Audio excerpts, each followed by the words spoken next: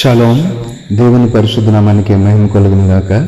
మన ప్రభువును రక్షకుడైన యేసుక్రీస్తు యెషువా మెస్సీ నామములో ఆత్మీయులైన దేవుని పిల్లలైన మీ అందరికీ నా హృదయపూర్వక వందనాలు, ఉదయకాలపు శుభాలు తెలియజేస్తున్నాను. ప్రభునందు ప్రియారా, ఎలా ఉన్నారని అందరూ బాగున్నారు కదా.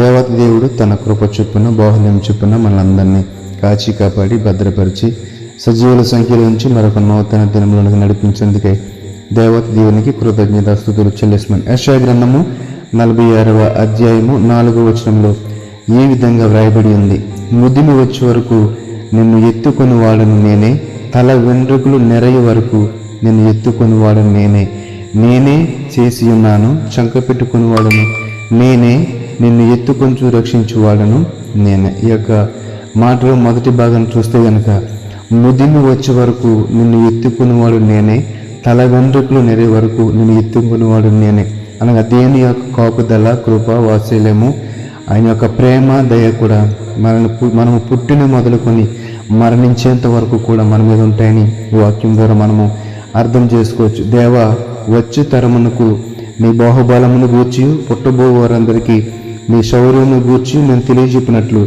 తల నెరసి వృద్ధుడనై ఉండే వరకు నన్ను విడువకమని కీర్తన గ్రంథము 71వ అధ్యాయము 18వ వచనంలో మనము చూడగలుగుతున్నాం. రాజైన దావీదు అంటున్నాడు కదా, దేవా, వచ్చు తరమునకు నీ బాహుబలమును గూర్చి పుట్టబో వారికి అందరికీ నీ శౌర్యమును గూర్చి అనగా మనం బ్రతికినంత కాలము కూడా మన చివరి శ్వాస వరకు కూడా దేవునికి మహిమకరంగా మనం తెలుసుకున్న నీతిని, సత్యమును అనేక మందికి తెలియజేస్తూ, అనేక మందికి దేవుని గూర్చిన జ్ఞానమును పరిచయం చేస్తూ, అనేక మందిని రక్షణలను నడిపిస్తూ, అనేక మందికి ఆత్మ బలమును దయచేసి మనం అందరం కూడా జీవించాలనే ఒక అర్థము ఈ వాక్యం ద్వారా మనం గమనించవచ్చు. కాబట్టి మనం పుట్టినది దేవుని యొక్క ప్లానింగ్ ఉంది. ఆ ప్లానింగ్ను మనం కూడా ఆయన చిత్తము లోబడి నెరవేరిస్తే కనుక మన ప్రతి పుట్టినరోజుకి దేవుని సన్నిధిలో మన యొక్క విశ్వాస పరిమాణం ఎంత, ప్రతి సంవత్సరం కూడా మనం జరుపుకున్న పుట్టినరోజు దినాన మన యొక్క స్థితి దేవుని విషయంలో ఎలా ఉందని ఒక ఆలోచన చేస్తే కనుక అది మనకు మేలుకరంగా ఉంటుంది. కానీ మనం ఏం చేస్తామంటే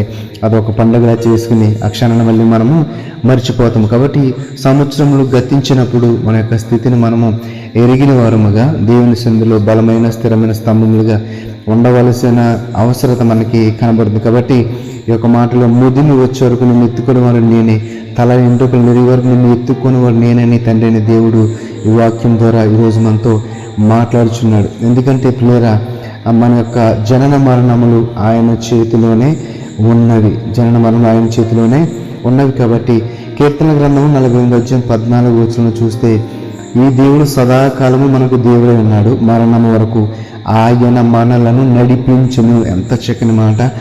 మరణము వరకు ఆయన మనలను నడిపించును. ఎప్పుడైతే మన మరణాన్ని ఆయన రాశాడు అప్పటి వరకు కూడా ఆ కాపుదల, కృప, క్షేమము, భద్రత అన్నీ కూడా మనకి ఆయన దయచేస్తారని ఈ వచనం ద్వారా మనం గమనించవచ్చు. ఈ దేవుడు సదాకాలం మనకి దేవుడే ఉన్నాడు, మరణం వరకు మనలను నడిపించడు. కాబట్టి చేయి పట్టి మనల్ని నడిపిస్తున్న దేవుడు మన చేతిని ఆయన చేతిలో నుంచి తీసివేయకుండా, అనగా పాపాల బారిన పడిపోకుండా, దేవునికి వ్యతిరేకంగా జీవించకుండా మన చేతిని ఇప్పుడు కూడా ఆయన చేతిలో నుంచి పరిశుద్ధంగా, పవిత్రంగా జీవించాలనే విషయాన్ని మనం గమనించాలి.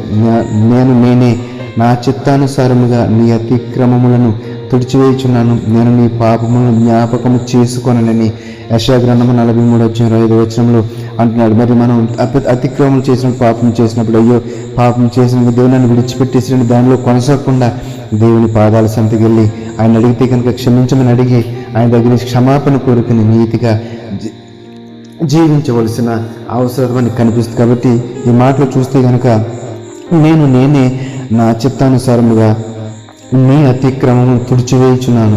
మన అతిక్రమమును, పాపం తుడిచివేయటము ఆయన ప్లానింగ్లో ఉంది, ఆయన చిత్తంలో ఉంది. కాబట్టి దానిని గమనిస్తే కనుక మనం పాపం చేసినప్పుడు దాన్ని పూర్తిగా విడిచిపెట్టగలవారముగా ఉండి మళ్ళీ దాని వైపు చూడకుండా మనం నీతిగా జీవించవలసిన అవసరాన్ని ఈ వచనం మనకి తెలియజేస్తుంది. కాబట్టి ఒకసారి దేవునిలో రక్షణలకు మారుమనసు పొంది నీతిగా బ్రతికాలని చెప్పి మళ్ళా అదే జీవితాన్ని జీవిస్తే సామెతల గ్రంథంలో జ్ఞాని అయిన సొలొమోను ద్వారా కుక్క తన వాంతికి తిరిగినట్లు పాపము తిరిగి మళ్ళీ పాపంలో పడిన స్థితి అలా ఉంటుందని మనం లేఖనాల్లో చదివాం. కాబట్టి ముదిమి వచ్చరకు మనలను ఎత్తుకునేవాడు ఆయనే, మన తల వెంట్రుకలు నెరి వరకు మనల్ని ఎత్తుకునేవాడు ఆయన. సదాకాలమైన మనకు దేవుడు కాబట్టి మనల్ని మరణించే వరకు, మరణం వరకు నడిపించగల సమర్థులు మన దేవుడు, జీవముల తండ్రి కాబట్టి ఆయన చిత్తములకు తల ఉంచి పాపం చేయకుండా నీతి న్యాయ యథార్థతల గల జీవితం దేవుని చిత్తములకు లోబడదాం. ఈ మాట ద్వారా దేవుడు మన ఆత్మను బలపరిచి స్థిరపరిచి ఆయన నామం నడిపించిన గాక. ఆమేన్. పరిశుద్ధుల మహోన్నతుల మమ్మల్ని కన్న తండ్రి, నీ పరిశుద్ధమైన నామానికి వందనాలు, స్తుతులు, స్తోత్రాలు. నాయన మమ్మల్ని మరణము వరకు నడిపించేవారు మీరే అని, మమ్మల్ని ముదిమి వారు వచ్చే వరకు ఎత్తుకునేవారు మీరే అని నాయన నీ చిత్తంలో నీ నీతి ద్వారా మా అతిక్రమం తుడిచివేస్తున్నారని నాన్న ఈరోజు మాతో మాట్లాడారు.